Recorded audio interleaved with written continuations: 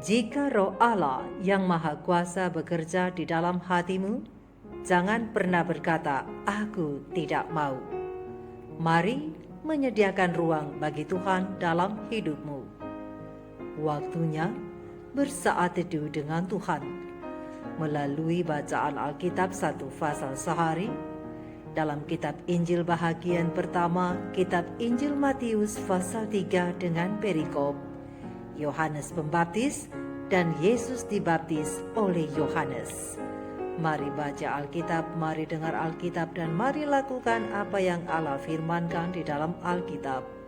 Maka iman dan pengharapanmu tidaklah sia-sia.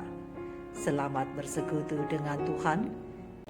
Tuhan Yesus Allah Putra, Alfa dan Omega, dan Allah Roh Kudus akan menuntun untuk memahami. Salam kasih dan doa dari Rumah Produksi Endang Silitonga Tanjung Bible Audio Ministry. Mari memulainya dengan doa dalam hati.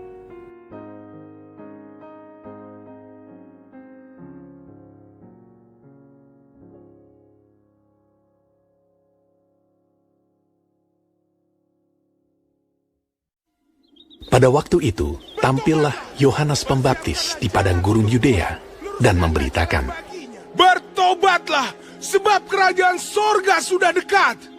Sesungguhnya dialah yang dimaksudkan Nabi Yesaya ketika ia berkata, "Ada suara orang yang berseru-seru di padang gurun, persiapkanlah jalan untuk Tuhan, luruskanlah jalan baginya."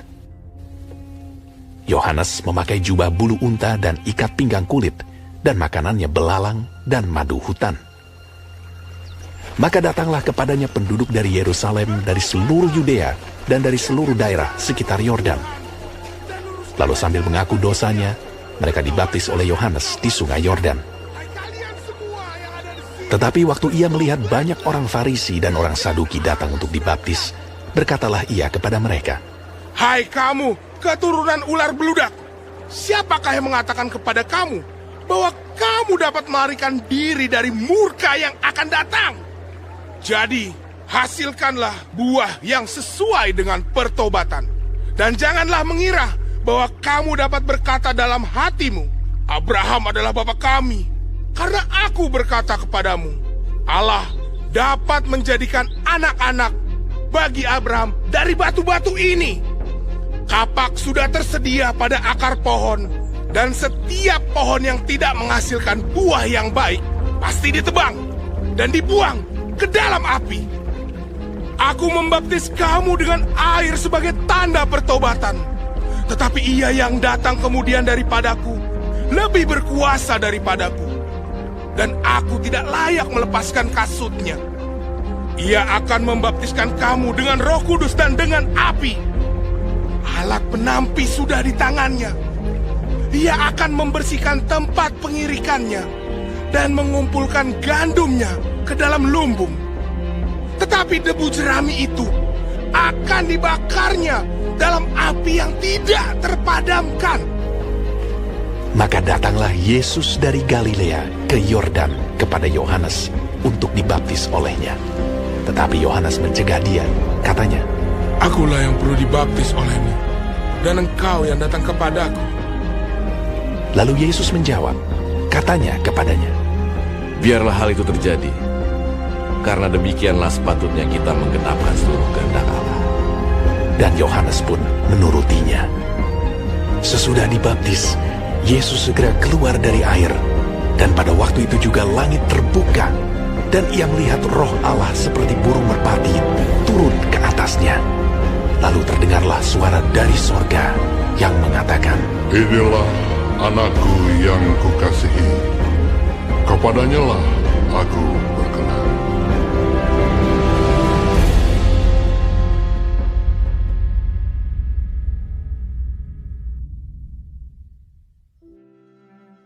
Kita telah menyelesaikan bacaan Alkitab 1 pasal sehari dalam kitab Injil Matius pasal yang ketiga.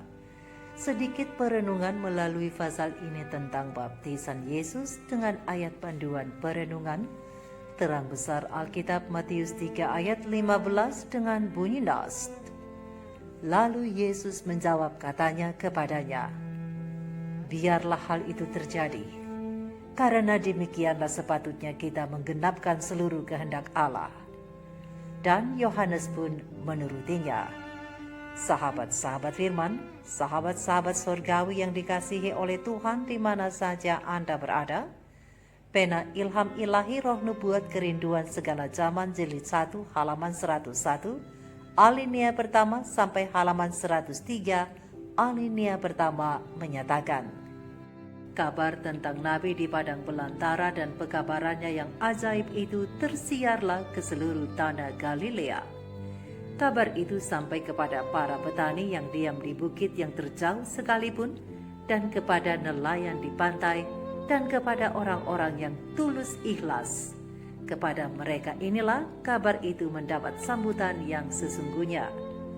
Di Nazaret kabar itu tersiar juga di bengkel pertukangan kayu milik Yusuf, dan panggilan itu didengar oleh Yesus. Waktunya sudah tiba. Setelah meninggalkan pekerjaannya sehari-hari, diucapkannyalah selamat tinggal kepada ibunya dan mengikuti orang sekampungnya yang sedang berduyun-duyun menuju ke Yordan. Yesus dan Yohanes Pembaptis bersaudara sepupu serta bertalian rapat oleh keadaan kelahiran mereka. Namun selama ini mereka tidak pernah berkenalan langsung satu sama lain karena Yesus sekian lama tinggal di Nazaret tanah Galilea, sedangkan Yohanes tinggal di padang belantara Yudea. Di tengah suasana tempat yang sangat berbeda itu, Yesus dan Yohanes Pembaptis telah hidup dalam kesunyian dan tidak mempunyai ruangan satu sama lain. Tetapi Allah telah mengatur semuanya. Oleh sebab itu, tidak akan mungkin ada tuduhan bahwa mereka telah berkomplot sebelumnya untuk saling menyokong pengakuan masing-masing. Yohanes mengetahui segala peristiwa yang telah menandai kelahiran Yesus. Ia telah mendengar kabar tentang kunjungan ke Yerusalem pada waktu Yesus masih kanak-kanak dan tentang apa yang telah terjadi di sekolah rabi-rabi. Diketahuinya tentang kehidupannya yang tidak berdosa itu, serta percaya bahwa dialah Mesias itu. Tetapi tentang ini, ia tidak mempunyai jaminan yang pasti.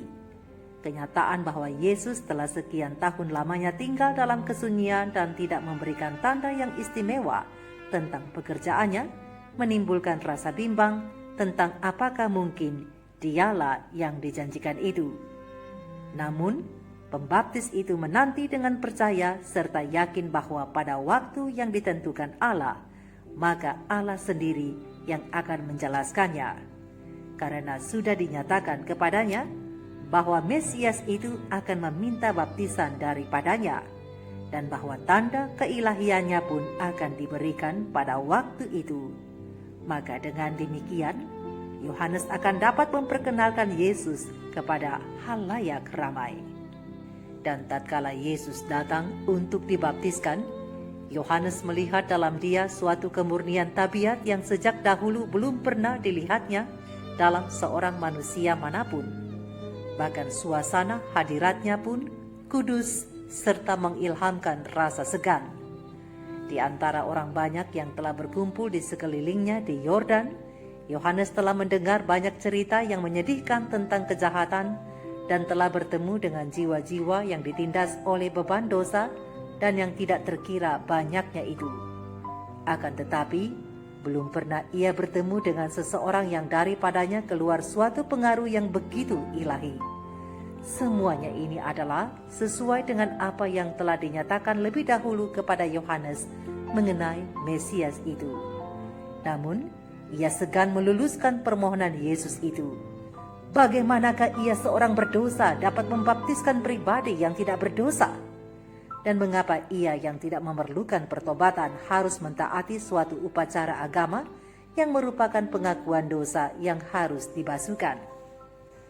Ketika Yesus memohonkan baptisan itu, Yohanes melangkah mundur sambil berseru, "Akulah yang perlu dibaptis olehmu, dan engkau yang datang kepadaku."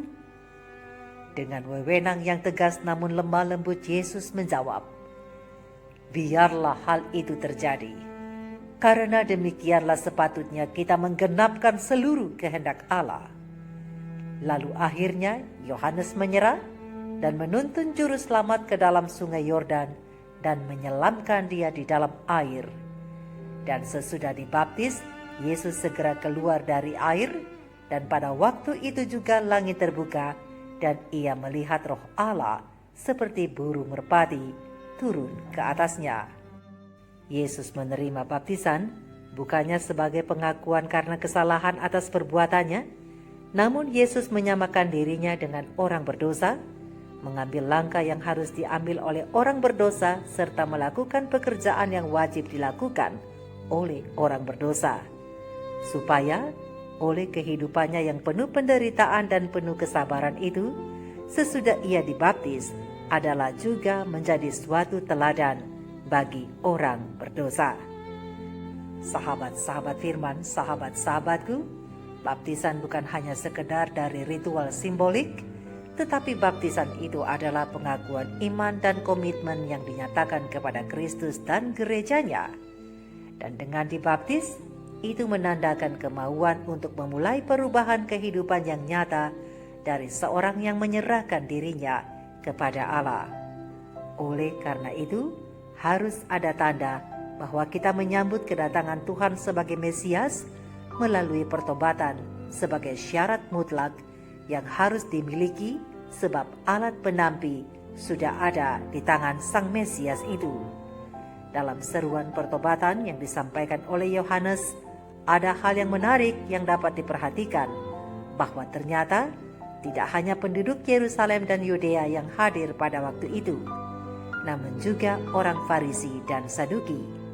Dan dengan tegas Yohanes menyebut mereka dengan keturunan ular beludak, yang dapat kita saksikan melalui nas ini bahwa keselamatan dari Tuhan bukan masalah keturunan Abraham adalah Bapa kami, namun harus ada pertobatan dan juga buah yang dihasilkan oleh pertobatan itu sendiri.